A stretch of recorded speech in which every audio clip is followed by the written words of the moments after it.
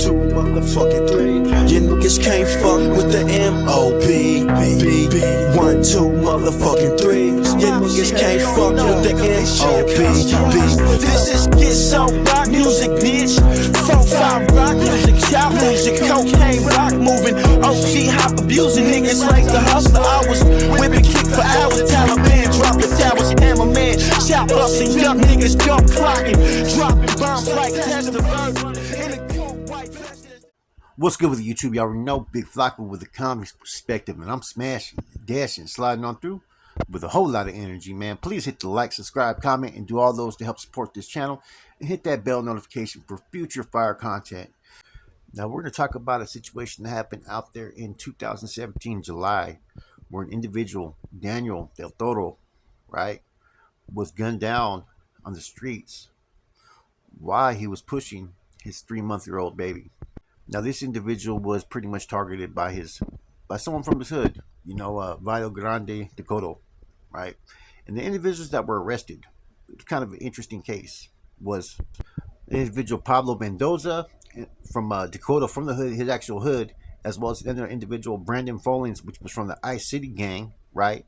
And then a chick named Valerie Bolden, who was a driver of this, when this incident happened, man. Allegedly, this female Valerie decided to turn state evidence. She only got 3 years in this case based upon the fact that she elected to cooperate. And she said that she cooperated because of the individual Brandon Follins, who was recruited by Pablo to fucking partake in this fucking hit, told her that, man, if you testify, we're gonna fucking kill your daughter. So that's what elected her to fucking testify. Now, the individual, dead man, right, was originally from Valle Grande, Dakota, right? VGD. Dakota is a fucking area that anybody knows that was fucking just is a hotbed for fucking Norteno activity. There's no Sudanos, and they've always been one of the deepest fucking hoods out there in the East Bay. Now, Del Toro, also known as Dead Man, decided to cooperate pretty much in a cold case that they couldn't prosecute against an individual named Gangster Boo, Joe Perry, his co-defendant, Los Cruz, which I know both these individuals, right?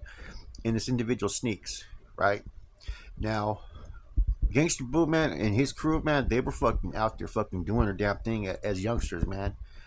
Before all this happened, before he got his case, there was almost a split in Dakota over Gangster Boo.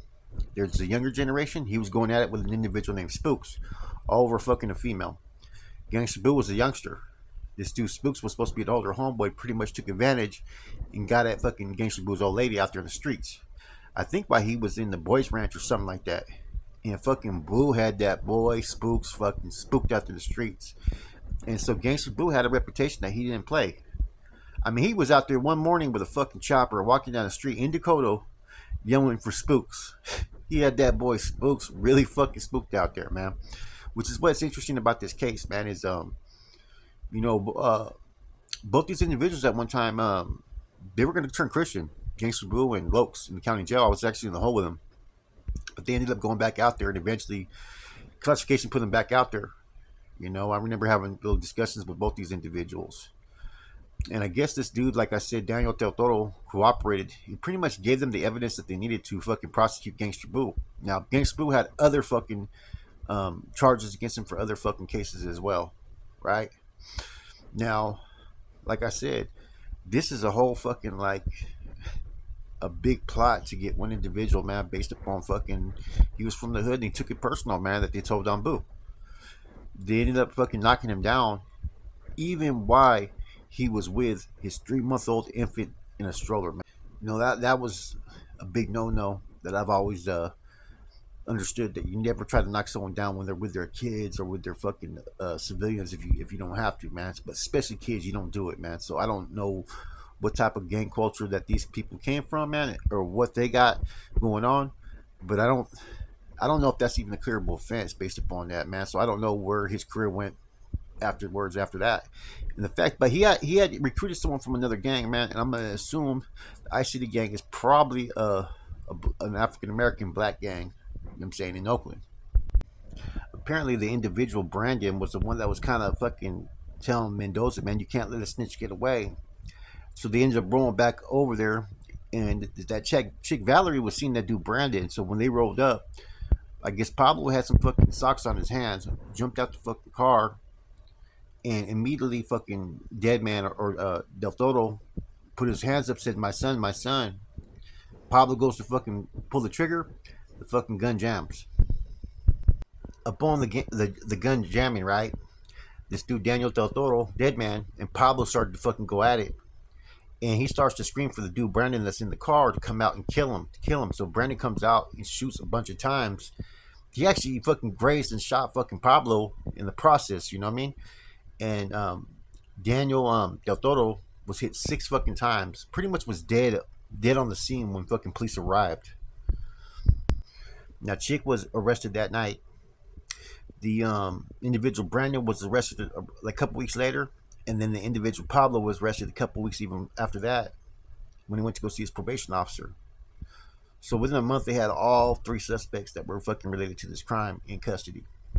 Now, dude Pablo tried to tell his mom that he got into a fight and that they struggled for a gun and that he was basically shot in self-defense, right? Now, they later on they had a YouTube video they found, which was in a rap song that talked about a hypothetical situation of 2 gang members running into a snitch and dealing with him on the streets. And it was from Dakota to the Ice City, which is the north side of Oakland, a hood out that way. So pretty much they were incriminating themselves of a crime on fucking YouTube. See, Ice City is something that the Oakland brothers from the north side of Oakland used to call it, you know, the North Pole, that they were like polar bears. So they used to call it Ice City, right? And see, the East Bay, right? Which is interesting about this case is this, right? Is the East Bay, yeah, you have times where you go out there planning to knock down ops and whatnot, right? But a lot of the shit that happens out there in the streets is when you run into people in traffic. It's, you know, different areas kind of move a little bit different. In the East Bay, you have to have a strap. Cities like, you know, Oakland, Hayward, and whatnot. Man, everybody out in those streets, right? Man, they're not playing around, man. Everybody's strapped up. And so most of the incidents, like when there's funk, it's very rare that people are actually fucking, you know what I'm saying, go look for the people that they're having issues with, because eventually they're going to run into them in traffic. So what happens is when they see people, they usually just fucking knock the motherfucker down. And that's what happened in this case. This wasn't any planned situation. The dude just, when he was seeing him, he was going to deal with him. And this individual, Daniel Del Toro, you know, was sentenced to a lighter sentence based upon his testimony. So Pablo felt a certain way. They're from the same neighborhood. They ran into him. At first, Pablo and the other individual, Valerie, didn't really want to do nothing because he was with his 3-month-old son. But it seemed like Brandon was kind of pumping him up, like, man, hey, snitches, you can't give him another chance to snitch again. So that was kind of the whole fucking pressure that was being pressed upon him, that, hey, go deal with this dude. This dude told a homie from your hood. You know, they both ended up getting consecutive life sentences for the crime.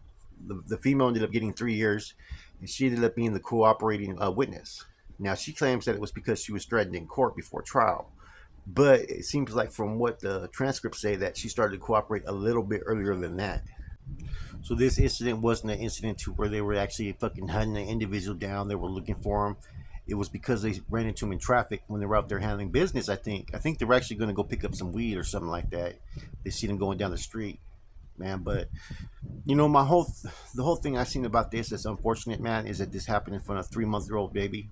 You know, anytime a life's taken, it's a fucked up situation. You know, but that's why it's kind of hard for people to sit there and go in their old stomping grounds, especially knowing that you're going to be targeted by certain individuals. Now, a lot of times people just fucking lay low, and you know, eventually people run into each other, and you see what happens. It happens, right? But in this case, like I said, you know, it was a spur of the moment, and you know, there's certain rules to this, right? And I've never heard of gang members on the streets, you know, seeing someone with a child and deciding to come run up on them. You know, usually you're going to put that to the side. You may jam someone up, exchange some words, and say, you know, I'll catch you slipping later, whatnot, right? But I've never heard of people actually engaging with someone who's out there in the streets, fucking with their child. But everybody knows there's supposed to be rules to this thing, right? But that doesn't mean the rules always exist, man. People sometimes go outside the rules, and I'm wondering what the consequences were for these individuals based on the fact that they did what they did. You know what I mean? The black dude probably didn't have any type of fucking consequences, right? I don't know about the fucking Norteno if he did. You know, granted, You know, Gangster Boo's a real likable dude, man. He's in the system. I met him. He's actually a likable dude, and I get why someone would want to rock with the dude because he wasn't a bad individual. He just was fucking. He was a hitter. He just didn't fuck around. You know what I mean? And you looked at him. He was a young kid, and he wasn't running from nothing. Like I said, he was the main one at that time when there was a little split in Dakota that the big homies had to intervene. He was pretty much got at, and the thing that was fucked up about Gangster Boo is he was so young in his career that the other individual had been to prison, got a chance to report the shit first. So it kind of put him at odds when he got to the county jail, and then they were jamming him up like, "Hey, you got to let this red on red shit with fucking Spooky fucking go. You got to tell your homeboys to kick on back." Anyways, yeah, I thought this was a interesting case to talk about, man, because we talk about incidents and stuff that happens, man, and with the situation that happened in Goshen, people need to fucking really check their fucking moral compass.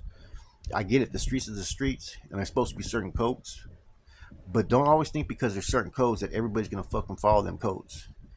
And I thought it was interesting that the one that was fucking pretty much fucking the instigator and trying to fucking get this to get done was actually a dude that wasn't a Norteno. You know what I'm saying? He was the one that was pushing Pablo to fucking act on it. Anyways, hope you guys enjoyed this spill. This is Flacco from a convict's perspective. I'm gone. Block movement, MOB, I'm stamped approved. If you want the static, about to let this beast loose. Picking up work, kickstands in the birdie. Pushing leave it as a craze, breaking down the wide girly. Workers for the team, running out of product.